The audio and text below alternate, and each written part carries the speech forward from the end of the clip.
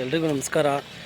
ನಾನು ಮಂತ್ರಾಲಯಕ್ಕೆ first time ಹೋಗ್ತಾ ಇರೋದು. ಅದಕ್ಕೆ ಟ್ರೈನಲ್ಲಿ ಹೋಗೋಣ ಅಂದ್ಬಿಟ್ಟು ರೈಲ್ವೆ ಸ್ಟೇಷನ್ ಹತ್ರ ಬಂದಿದ್ದೆ, ನೋಡ್ಕೊಂಡೋಗೋಣ ಅಂತ ಟ್ರೈನು. ನಾಳೆ ಸಾಯಂಕಾಲ 5:30 ಇದೆ, ರಾತ್ರಿ 12:30 ಅಲ್ಲಿಗೆ ಹೋಗ್ತೀವಿ. ಜರ್ನಿದು ಪಾರ್ಟ್ 1, ಪಾರ್ಟ್ 2, ಪಾರ್ಟ್ 3 ವಿಡಿಯೋ ಆಗ್ಬೋದು. ಗೋಯಿಂಗ್ ಟು ದೊಡ್ಡಬಳ್ಳಾಪುರ ಟು ಮಂತ್ರಾಲಯ.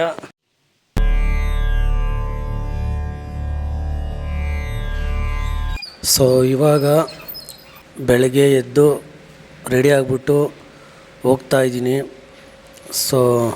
ಹೋಗಬೇಕಾದ್ರೆ ನನಗಂತೂ ಈ ಗೋಗಳು ಅಡ್ಡ ಬಂದವು. ತುಂಬಾ ಒಳ್ಳೆಯದು. ಇದು ದರ್ಶನ ಆಯಿತು, ರಾಯರ ದರ್ಶನ. ಹಾಗೇ ವೇಣುಗೋಪಾಲ ಸ್ವಾಮಿ ದೇವಸ್ಥಾನ ಅಂತ ದೊಡ್ಡಬಳ್ಳಾಪುರದಲ್ಲಿರೋದು ಶ್ರೀಕೃಷ್ಣನ ಒಂದು ದೇವಸ್ಥಾನ ಇದು. ನಾನು ದರ್ಶನ ಮಾಡಿಕೊಂಡು ಹಾಗೆ ನಂತರ ಸ್ವಲ್ಪ ಹೊತ್ತು ಕೂತ್ಕೊಂಡು ಇವಾಗ ರೈಲ್ವೆ ಸ್ಟೇಷನ್ ಹತ್ರ ಹೋಗ್ತಾ ಇದ್ದೀನಿ. ಇನ್ನೊಂದು ಏನಂದರೆ 5:30 ಟ್ರೈನ್ ಇರೋದು. ಸ್ವಲ್ಪ ಬೇಗನೆ ಬಂದು ವೆಯ್ಟ್ ಮಾಡಿ ಹೋಗೋಣ ಅಂತ. ಏನು ರಾಘವೇಂದ್ರ ಸ್ವಾಮಿಗಳು ಕತೆ ತುಂಬಾ ಸಖತ್ತಾಗಿದೆ, ತುಂಬಾ ಚೆನ್ನಾಗಿದೆ ಕೇಳೋಕ್ಕೆ. ಪಾರ್ಟ್ 2, ಪಾರ್ಟ್ 3ನಲ್ಲಿ ರಾಯರ ಒಂದು ಕಥೆನ ನಿಮ್ಗೆ ಹೇಳ್ತೀನಿ ನಾನು. ನೋಡಿ. ನನಗೆ ರಾಮನ ದೇವಸ್ಥಾನದಲ್ಲಿ ರಾಯರ ಮಂತ್ರಾಕ್ಷತೆ ಬಿತ್ತು. ರಾಯರ ಸನ್ನಿಧಿಗೆ ಹೋಗಲೇಬೇಕು ಅನಿಸ್ತು. ಏನಿಲ್ಲ, ಕನ್ಫ್ಯೂಸ್ ಆಗಬೇಡಿ. ಅದೇ ಒಂದು ಪಾರ್ಟ್ 1 ವಿಡಿಯೋ, ಶರ್ಟ್ ಚೇಂಜ್ ಅಷ್ಟೇ. Let's to watch. 6 ಗಂಟೆ ಟ್ರೈನಲ್ಲಿ ಹೋಗ್ತಾಯಿದ್ದೀನಿ. ಟೈಮಿಂಗ್ಸ್ ನೋಡಿ. ಒಂದಷ್ಟು ಫ್ರೆಂಡ್ಸ್ ಎಲ್ಲ ಸಿಕ್ಕಿದ್ರು, ಅವ್ರ ಜೊತೆ ಮಾತಾಡಿಕೊಂಡು ಹೋಗ್ತಾ ಇದ್ದೀನಿ. ನೈಟ್ ಆಯಿತು. ನೈಟ್ ಒಂದು 8:30, 9 ಗಂಟೆ ಒಂದು ಜರ್ನಿ ವಿಡಿಯೋ ಇದು.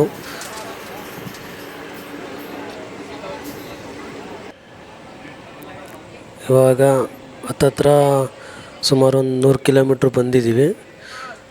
ದೊಡ್ಡಬಳ್ಳಾಪುರದಿಂದನೇ 350 ಕಿಲೋಮೀಟರ್ ಇದೆ.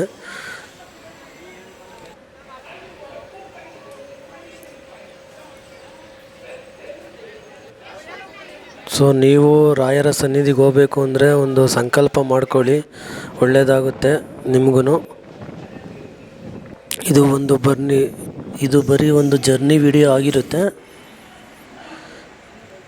ಹೇಗೆ ಹೋಗೋದು ಅಂತ ಒಂದು ಜರ್ನಿ ವಿಡಿಯೋ ಇದು. ಟ್ರೈನಲ್ಲಿ AC ಒಂದು ಅದು ತೊಗೊಂಡ್ರೆ ಬೆಸ್ಟು. ನಾರ್ಮಲ್ ಜನರಲ್ ಅವೆಲ್ಲ ತೊಗೊಬೇಡಿ, ತುಂಬ ಕಷ್ಟ ಇದೆ. ಮಂತ್ರಾಲಯಂ ರೋಡು ರೈಲ್ವೆ ಸ್ಟೇಷನ್ಗೆ ಬಂದು ಇಳಿದ್ವಿ. ಆ ಕಡೆ ಹೋಗಬೇಕು. ಇಲ್ಲಿಂದ ಮತ್ತೆ 18 ಕಿಲೋಮೀಟ್ರ್ ಇದೆ. ಬಸ್ಸಿಲ್ಲ, ಒಂದು ಆಟೋದಲ್ಲಿ ಹೋಗಬೇಕು.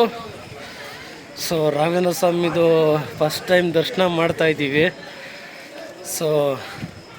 ರಾಘವೇಂದ್ರ ಸ್ವಾಮಿದು ಅವರ ಒಂದು ಆಶೀರ್ವಾದನೂ ಇದೆ, ನಿಮ್ಮ ಆಶೀರ್ವಾದನೂ ಬೇಕು.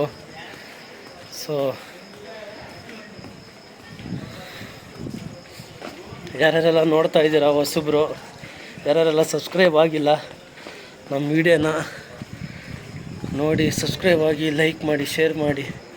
ಇದೊಂದು ಜರ್ನಿ ಪಾರ್ಟ್ 1 ವಿಡಿಯೋ ಆಗಿರುತ್ತೆ.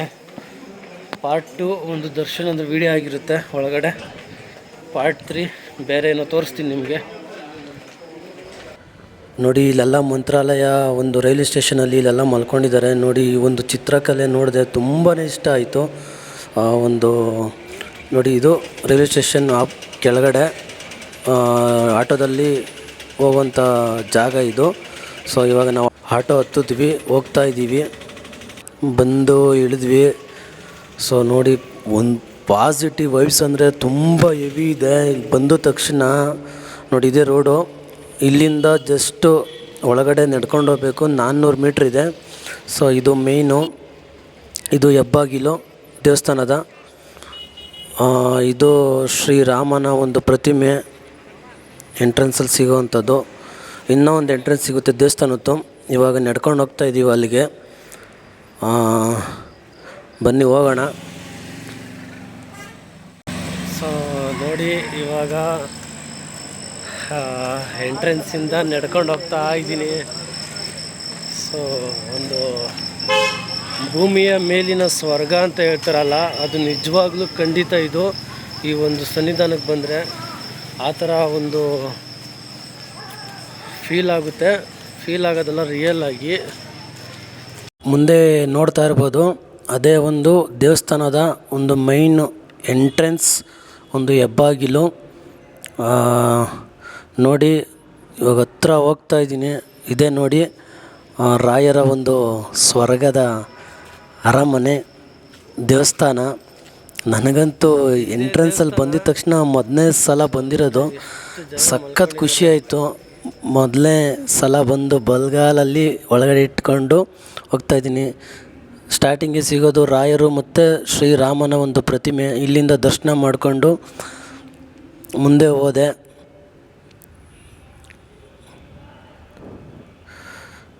ನೋಡಿ, ಸ್ವರ್ಗದ ಹೆಬ್ಬಾಗಿಲು ಇದೆ.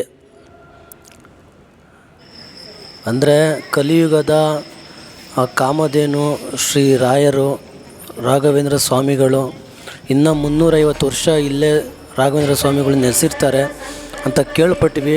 ಸೊ ನೋಡಿ, ಅಲ್ಲೇ ಒಂದು ಶ್ರೀರಾಮನ ಒಂದು ಬಾವುಟ ಹಾರ್ತಾ ಇದೆ, ಕೇಸರಿ ಬಾವುಟ.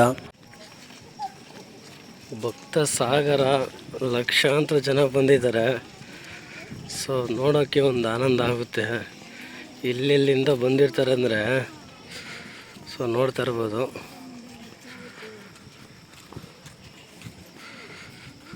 ನಾಲ್ಕು ಗಂಟೆ ರಾತ್ರಿಯಲ್ಲಿ ಸ್ನಾನ ಮಾಡಿಕೊಂಡು ಎಲ್ಲರೂ ದರ್ಶನಕ್ಕೆ ಬರ್ತಾರೆ. 6 ಗಂಟೆಗೆ ಓಪನ್ ಇರುತ್ತೆ.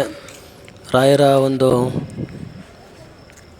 ಪ್ರತಿಮೆಗೆ, ಅಲ್ಲಿ ದೇವರ ಪ್ರತಿಮೆಗೆ ಒಂದು ಅಭಿಷೇಕ ನಡೆಯುತ್ತಾ ಇರುತ್ತೆ. ಅದು ಲೈವ್ ವಿಡಿಯೋ ನಾವು ನೋಡ್ಬೋದು ಈಚೆಯಿಂದನೇ.